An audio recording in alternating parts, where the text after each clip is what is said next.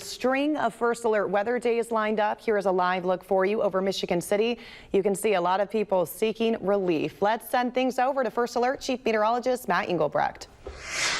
Yeah, certainly the place to be, certainly a place to cool off. Make sure you're careful in the water. Now back inland, we're at 89 degrees with the heat index already at 96 degrees. Now remember, the first alert weather day was issued on Saturday and it goes through Wednesday. Today, though, with the clear skies, the elevated humidity, I'm expecting today to be kind of that peak heat. The next couple of days will be slightly cooler, but also introduce a little bit more cloud cover and perhaps some isolated thunderstorms as well.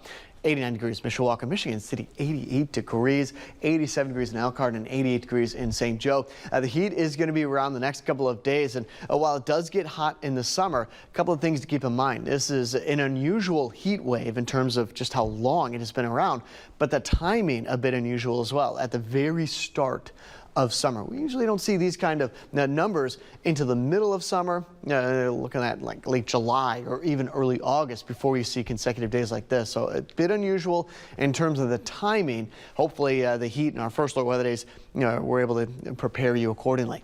93 degrees by 2 p.m., mid-90s 4, 5, 6 o'clock. If you're taking the dog out for a walk or if you're trying to get some exercise or just go for a walk, even if you wait until 9 o'clock tonight, it's still going to be in the 80s, near 90 degrees by 8 p.m., 87 degrees by 10 p.m.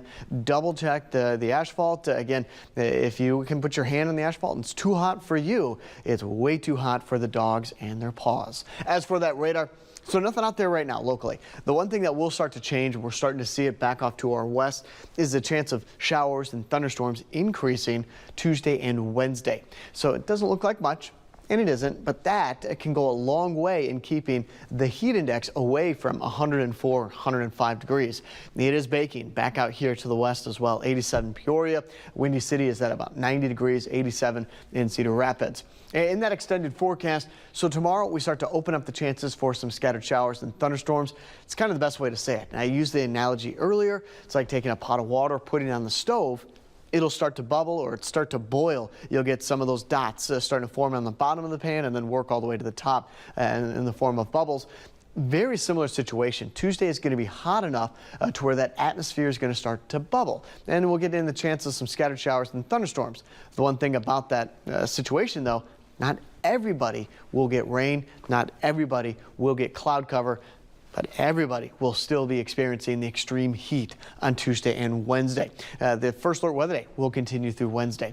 How it feels outside right now, closing in on 100 degrees with the heat index in Rochester. First alert 10-day forecast for you Monday, 95 degrees, 92 degrees on Tuesday, 90 degrees on Wednesday. As we go into the weekend, you're in the mid to upper 80s. It's not just the heat, of course, it's the humidity.